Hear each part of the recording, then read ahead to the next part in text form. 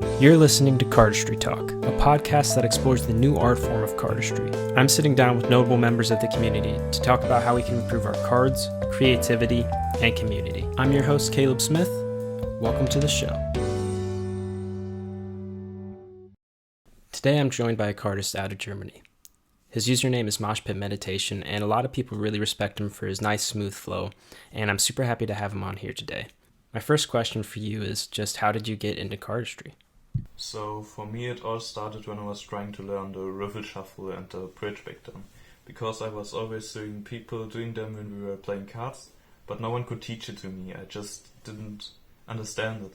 Then I went on YouTube and I found a tutorial by some German magicians. I learned the move and I just stuck on their channel, learned some more false cards and magic slides from them, and I did magic for approximately 1 year. But I had way more fun practicing the slides than actually performing them to other people. And that's not really the reason of existence for magic. But for cardistry, on the other hand, it's 99% practicing. So you're always working on your moves. And maybe 1% is performing the moves at the end. So that was way more fitting for me. And the act of performance in cardistry too is way cooler. So I never had fun talking to other people when doing magic tricks. I always felt a little silly when I was doing so. And just performing my magic tricks, my cardistry moves, is just way cooler in my perception. So how do your friends and family react to your cardistry? So I never kept cardistry a secret, but rather than going to people and telling them about the existence of cardistry, what would have caused an awkward explanation, they just saw me practicing it, and then I told them what I was doing, and they were always impressed, I think. And even if they didn't really understand what was so cool about it for me, they always respected it and were very supportive. Yeah. My most requested question was just how did you get your cardistry so smooth? So to get smooth cardistry, I think it's important that you are comfortable with the moves you do. And to get comfortable, what I did was to go into uncomfortable situations. So when I was driving to school every day with the bus, what I did was to practice cardistry in these uncomfortable situations. I put a jacket on my lap that the cards wouldn't fall to the bottom every time, and put some over-ear headphones on my ears so that I wouldn't be distracted that easily. And then I was practicing cardistry, and my hands were shaking on the bus ride, because the tries are not very comfortable, and that was the whole point. So people see you doing so, your practice actually becomes, at least in the mind, it feels like you're performing for other people. So at least I have that kind of anxiety, and I think that this really helped me, because I did this for multiple years, and getting smooth cardistry just needs years of practice, that's a fact. And another thing that I preach all the time is simplicity, because it's easier to get simple moves smooth than hard moves. Pretty obvious, I think. And yeah, I think that easy moves smoothly performed are way more durable than hard moves performed unsmooth. So you recently created a cardistry combo guide on Instagram. How was that made? Yeah, so filming a combo guide was a very uncomfortable thing in the beginning. So I scripted every single word for this guide.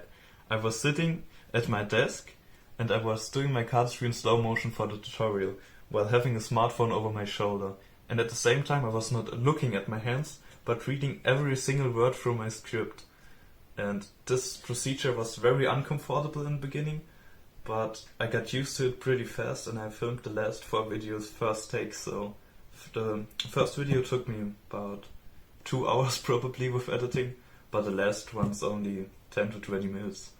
So, and it was totally worth it. So how do you make moves, and what's your creative process like? So in terms of 200 cards, I've always been a slow creator. Once I find a cool opener, I just try out hundreds of ways to transition from this one position, and I stick to the one that feels best. So I'm not really thinking that much, but rather trying to feel what has the most potential for flow and builds a special shape. And this way I'm working my way through the flourish bit by bit, back and forth, and from one position to the other. This process takes me multiple months for one single move. And with my move Moshpit, I have posted 2 versions of that. One was 1 year ago, and the other one was recently. I'm working on this flourish for 2 years, and I'm still not happy with the closer. And yeah, I'm not working on this card these days, but I will get back to this move soon, and maybe I can finish this then. But I wouldn't be able to post that much if I was only focusing on two-handed cuts. So my main focus these days is on combos, and with those combos I have a completely different creative process. So it's like playing with Lego bricks if you want. So I'm just building the moves that I have in my repertoire together, and I already have practiced these single bits, so I don't have to practice the whole routine for a long time. I'm just having to get the new transitions clean and smooth, and then I can already record it. Recording it takes me only 2 or 3 minutes. That's pretty cool. And after recording, most likely I will instantly forget about the routine. But I have it on camera. I can already come back to it in my feed, and yeah, the feed has become my memory. And this way I can always explore new routines, and this is a very fun way for cardistry these days. And it's a very cool hobby this way. How have you been able to grow your Cardistry account so fast?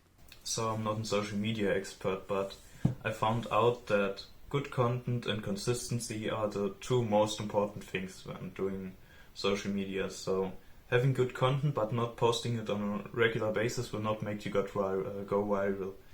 But having bad content and posting it on a regular level is bullshit. Yeah, and one thing that you must keep in mind is when you're trying to reach a lot of people in social media, you will not reach 20k best cardists alive. There are just not that many good cardists out there. You will find a lot of beginner cardists and laymen. But I think that is beautiful too, since for the future of our art form that is absolutely necessary. And how I try to entertain those people is with my reels. And for these reels I think it's important that you have simple moves performed very smooth. And I always try to synchronize my music to it and having a clean setup, because this is how the reels seem hypnotizing and people will watch them over and over, and this is how I think they will be most likely entertained. What are some of your favorite decks to use for Cardistry? So my absolute favorite deck is probably still the Tally-Ho Circleback in blue. I have used this deck since the beginning of my Cardistry journey, and I'm still using it, and I had 3 bricks of those, but over 20 of those decks are non-usable. I have completely destroyed them in practice, and that's the cool thing. They are so cheap that I really didn't care about it. So actually all of the other cards that I own, the special expensive decks, I didn't bother myself. They were either gifts or I won them in competitions, like the Uncut Challenge. I want to give a special shout out to Moshpit Meditation for doing this interview. I think he had some really awesome insights, and I hope you guys gained a lot of value out of this talk. Feel free to talk in the comments about what you thought and what you feel like you've learned from this talk. Go check out Moshpit's stuff, and thank you for your time.